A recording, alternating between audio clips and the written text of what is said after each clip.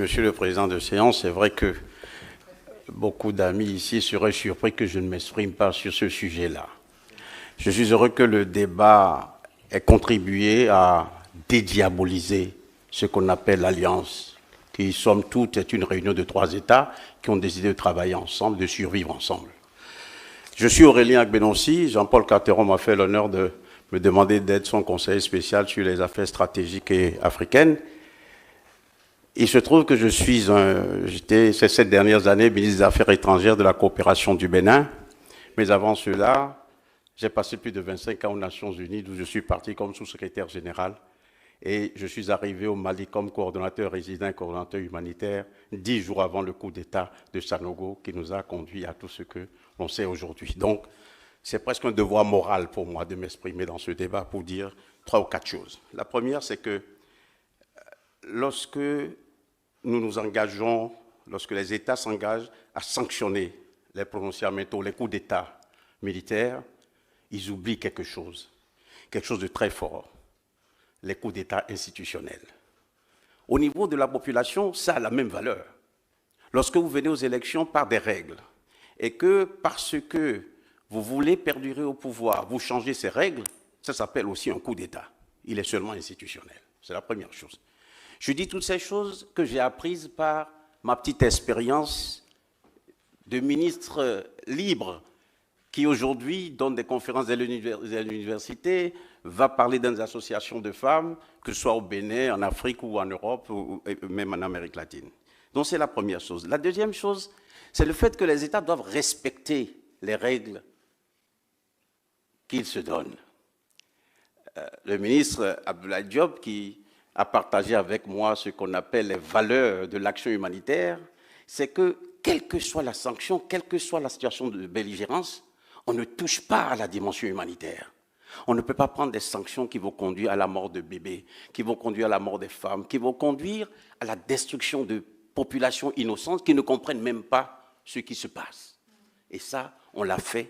Et le fait que des institutions, des États, que je respecte parce que je sais que c'est des États sérieux, que le fait que des institutions, des États aient soutenu cette approche, et spécialement, je me suis senti très interpellé lorsque l'ambassadeur du Niger a parlé tout à l'heure.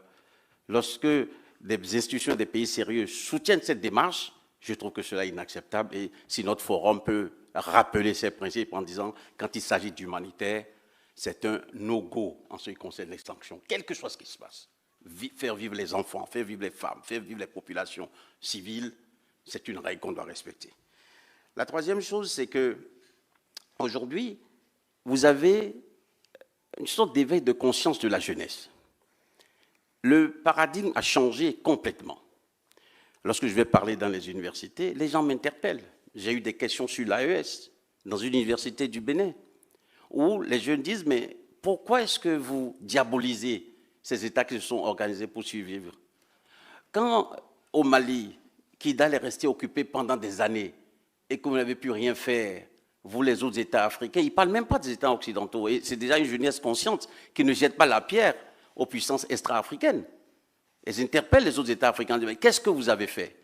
Vous n'avez rien fait, ils se sont organisés, ils ont trouvé d'autres partenaires. Vous savez, quand un enfant n'arrive pas à trouver à manger, s'il voit le diable qui passe, qui lui propose une baguette de pain, il achète cette baguette de pain et il la mange. Et donc, ça aussi, ce paradigme est en train de changer, où la jeunesse, en Afrique de l'Ouest, je ne vais pas dire qu'elle se radicalise, je vais dire qu'elle se conscientise. Et il faut éviter qu'elle se radicalise. Parce que moi, j'ai vécu dans cette organisation qu'on appelle Nations Unies, où c'est l'interdépendance, c'est la capacité de comprendre que nous sommes tous engagés dans un monde commun. Et la pandémie de Covid nous l'a montré. Nous sommes tous vulnérables face à certains défis. Donc, il faut que nous fassions en sorte que les jeunes, au-delà de leur conscientisation, ne se radicalisent pas. Et la dernière chose que je voudrais dire et insister très fortement dessus, et le ministre Abdoulaye Diop l'a dit tout à l'heure, mon frère du Burkina l'a aussi exprimé, c'est vrai, beaucoup de problèmes que l'on exprime aujourd'hui sont en fait des problèmes entre les dirigeants.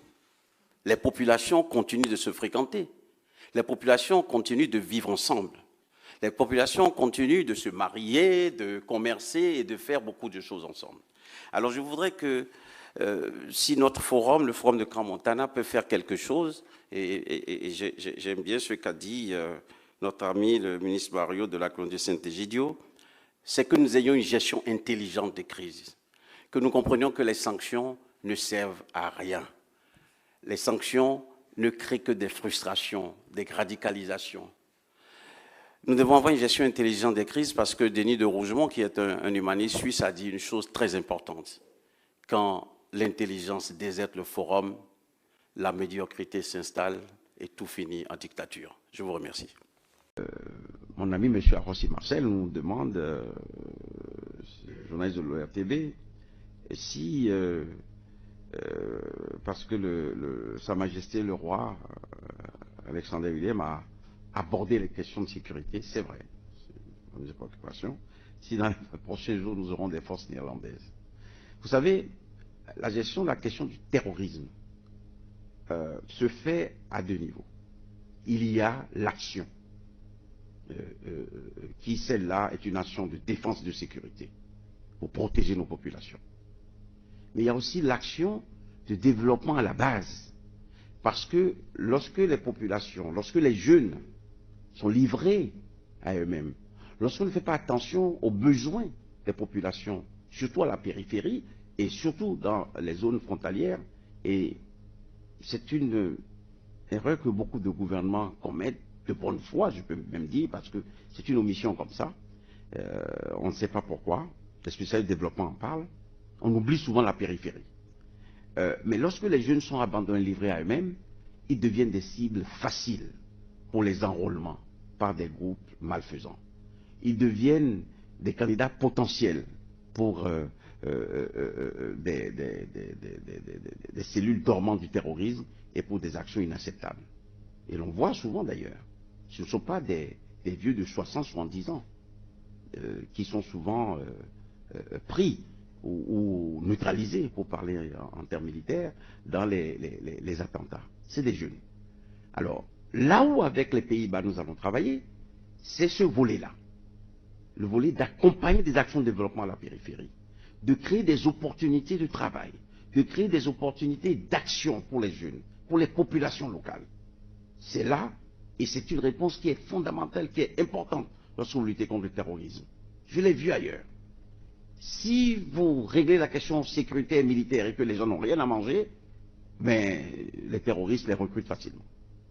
Mais lorsque vous réglez aussi ce problème-là, la subsistance, les moyens de subsistance, c'est pour cela d'ailleurs que le gouvernement a mis en place, d'abord que le président a nommé un haut commissaire à la sédentarisation, pour régler déjà ce problème entre les éleveurs et les agriculteurs, pour voir comment on améliore les conditions de vie dans des régions un peu éloignées où, pris par la gestion du quotidien, on ne se rend pas compte que les conditions de vie sont difficiles.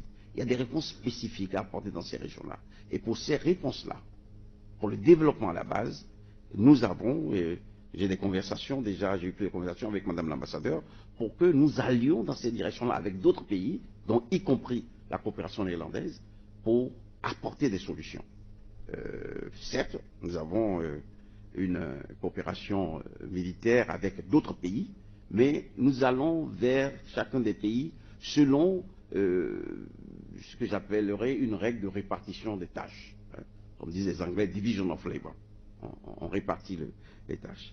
Alors, vous avez dit qu'on fait croire aujourd'hui qu'il y a ici la présence de Barkhane, de forces françaises, etc. Je crois qu'il faut oublier et il faut dire les choses très clairement. Nous avons dit, et c'est d'ailleurs lors de la visite du président français, le président Emmanuel Macron, lors du point de presse des deux chefs d'État, qu'il a été révélé aux Béninois que dans la recherche de solutions, dans la dimension militaire, nous coopérons avec la France, tout comme nous coopérons aussi avec la Belgique, où nous coopérons également dans le cadre de l'initiative d'Accra, avec les autres pays qui sont membres de l'initiative, le Ghana, la Côte d'Ivoire, le Niger, le Burkina Faso lui-même, pour que, ensemble, nous puissions faire converger non seulement nos intelligences, mais notre logistique, nos services de renseignement pour pouvoir contrer le terrorisme. Oui, nous avons dans le pays des instructeurs de certains de ces pays. Il y a des instructeurs français qui travaillent avec certains de nos troupes. Il y a des instructeurs américains qui se sont rendus ici, qui travaillent avec certains de nos troupes.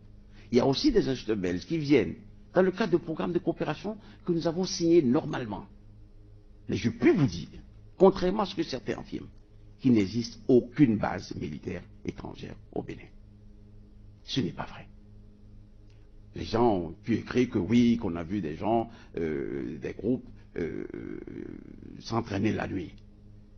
Moi, je n'ai pas le détail des programmes de formation ou d'entraînement des forces, mais je souffrais que si les militaires doivent nous défendre, qu'à toute heure de la nuit, on puisse les aguerrir face au danger. Donc, il est tout à fait possible, même plausible, qu'il y ait eu des exercices qui ne soient pas déroulés en plein jour entre nos militaires et d'autres coopérations. Nous n'allons pas seulement entraîner des militaires de 8h à midi et dire, bon, ben, l'après-midi, reposez-vous et la nuit, dormez. Non. On a besoin de protéger notre pays, nos populations. Donc, il est tout à fait normal qu'il y ait des exercices qui ne sont pas cachés, que les populations de ces régions la voient.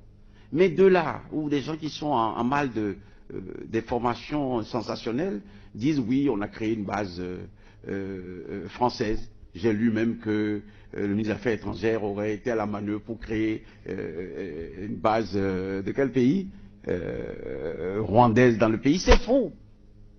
Il n'y a pas un seul, je vous dis bien, il n'y a pas un seul détachement rwandais dans ce pays. C'est pas vrai. Mais oui, nous parlons avec tous les pays avec lesquels nous pouvons nous organiser pour faire face à l'ennemi. C'est un peu normal. Et comprenez aussi que c'est des domaines où l'on n'a pas besoin de dire tout ce qu'on fait, mais la transparence impose que l'on vous dise que oui, nous parlons avec plusieurs pays, nous avons des accords avec certains pays comme la Belgique, la France, les États-Unis, pour améliorer les capacités de nos troupes. Donc la réalité, la vérité, la voilà. Et je vous prie, vous qui êtes les amis de la presse, de dire que le gouvernement a affirmé solennellement qu'il n'existe aucune base militaire étrangère ici. Si on a vu les troupes aller au port lorsque Barkhane se repliait du Mali, c'est juste des accords de transit. C'est juste des accords de transit. J'ai signé des accords avec la MINUSMA, par exemple. La force, la mission des Nations Unies pour la stabilisation du Mali, qui utilise notre port. C'est des recettes pour le port. Quand on utilise notre port, c'est des recettes pour le port. Donc, nous sommes un pays de transit. Le port du Bénin est le port aussi du Niger, du Burkina Faso, mais aussi du Mali et parfois même du Tchad, où notre port permet d'acheminer des marchandises, des équipements. Il faut dire ça à notre population pour que les gens soient rassurés.